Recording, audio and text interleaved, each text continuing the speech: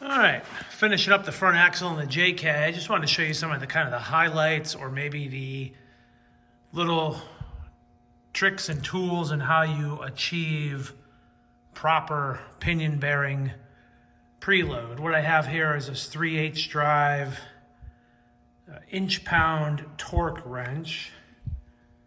This is an old one I bought years ago. It's an old Snap-on, but you can see I've got it zeroed out, and this reads inch-pounds. What I'm gonna do is this 1 1/8" socket fits this pinion nut. So I've already got the crush sleeve in, the new bearings, the seal, and this is how I go through and set the preload. This is actually how I'd measure it, not how I set it. So let me get where the light's not in your way. And you can see rotational torque is what we're measuring here. Apologize, the light, my arm's kind of in the way. I'm right around 20 inch-pounds, which for these bearings, new bearings, that's fine. 20 to 40 is what we're looking for. Okay, and this is how I hold the pinion from rotating. This is one of the tools I have. We actually use this on the rear. I don't know where I got it. Somebody cut it on a, probably a CNC plasma table. And these two 10mm threaded bolts just fit into two of the unused non-threaded holes in the front yoke. This is another one that I have. This works just as well. So what you do is I put this on the yoke to hold it. Let me tell you what, I'll grab all the tools. Let me bring you over there and I'll just show you. What I would normally do is just set this up on a control arm. Let me get it all set up and I'll step back and show you how I do this without actually doing it. Okay. So, 1/2 inch breaker bar. It's just sitting on top of the control arm. Two 10mm bolts fit into, there's two unused threaded hole, straight holes on there, no threads. Fit right in there. And then all I'm doing is, once I gun it down, the impact gun won't crush that crush sleeve, by the way, but it'll get most of the clearance out of it. And then it's just a 1/2 inch socket on a 1/2 inch bar. And once you feel no free play left in this yoke, and it won't go clunk, clunk, clunk, or wiggle around anywhere, it'll take you 3 or 4, I don't know, maybe 1/8 inch turns of that nut before you actually start to build any preload. And you need to go slow. Obviously, the rear end, I overdid it a little bit and had to go back and put a new crush sleeve in. Not the end of the world. This one, nailed it on the first time. And that's how I do it. I'll give you some more once the rest of it's back together. All right.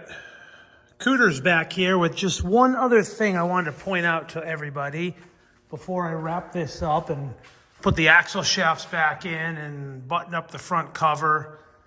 Let me grab my light here. So the diff's back in, got my preload shims added in. Torque wrench off of there.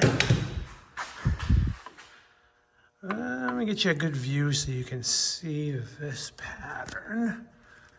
So what we've got here is, trying to get you a good view of it. Okay, there's the pattern we're looking at. I think it looks pretty good. I messed around with it just a little bit, added a little pinion depth, didn't change anything. Changed the backlash just a little bit, got it right at 8 thousandths. I'm happy with it. You can't hear it. You can hear it a little bit, maybe in the video. I'm not gonna put the dial indicator back on it and show you, but it's at 8 thousandths. I check it in about 3 spots around the ring gear. What I wanted to mention to you is on a front axle like this, it's worth your time to also look at the pattern on the coast side, with the camera focus here, on the coast side of the gear. And the reason I say that is normally we just set up the pattern on the drive side, which is no different in this one. But when you are in two-wheel drive, which most of these Jeeps are most of the time, and you're running down the road, you're driving and rotating the pinion on the coast side through the ring gear. What I should say is when you're not under power, like you are on the rear, you're actually running 95% of the time, you're meshing on the coast side of this gear. So I think it's worth it to make sure you've got a good coast pattern on the front gear on a high pinion or any application where it's a, I don't want to call it full-time four-wheel drive, where you have no lockout hubs or no axle disconnect and your ring and pinion are spinning all the time. This gear is in constant motion. It's in constant mesh.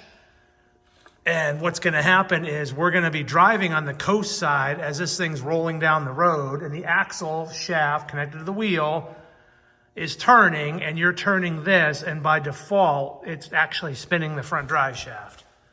As opposed to we put it in four-wheel drive or four high, and now we're putting power to it, and now we're kind of reversing that process, and we're actually driving on the drive side, which needs to be a good pattern also.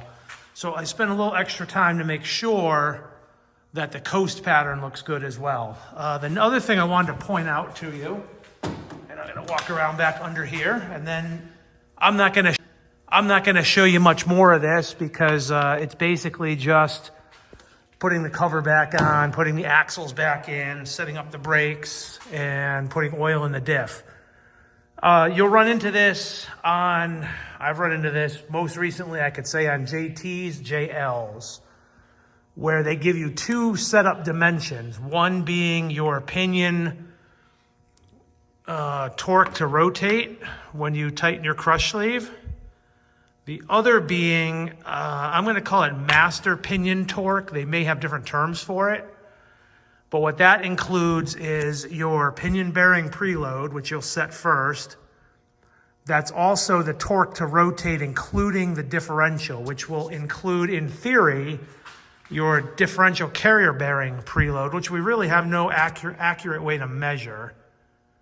So what you can see on here is I've added the carrier in there. We pick up a few, and you gotta apologize, I don't know if that's zeroed out. We pick up a few inch pounds, maybe 5 inch pounds of rotating torque just from adding the carrier on here. Now, normally what I do when I set one of these up is I'll go to my shim pack first, and I'll pull out 2 shims and I'll measure them. And most shim kits include a couple shims that are anywhere from 2 to 4 thousandths, maybe 5 thousandths on some of your bigger discs, but usually you need to add about 5 to 10 thousandths of bearing preload on your carrier to get enough preload on there to make everything run nice and smooth. I'll put those aside. That's what I did on this one. I put aside a couple 2.5, I think they measured 2.5 or 3 thousand shims. I put them aside. They went in last. I added them right onto the shim pack. Put them in. Ironically, this is original. When I pulled this out, there was very little preload on it. I don't think these run a lot of preload. I couldn't find a dimension on a JK for a master housing torque. So I went with what I know what works, and I added just a 2.5 to 3 thousandths to each side after I had the right pattern. Popped it all back in there, torqued the bearing caps here to 50 foot-pounds, rechecked the pattern, rechecked the backlash. I'm happy with it. This thing's gonna go a long time. I'm gonna wrap up right now. You're not gonna hear any more from me on this JK axle project unless I drive it down the road and something falls apart, which is not gonna happen. And we're gonna wrap up this episode of Cooter's Garage. And maybe when this thing gets a front Dana 44 and an E-locker from a Rubicon, we'll do a video on that and swapping this axle out. And then this one will go on Facebook Marketplace for sale. All right, thanks for watching.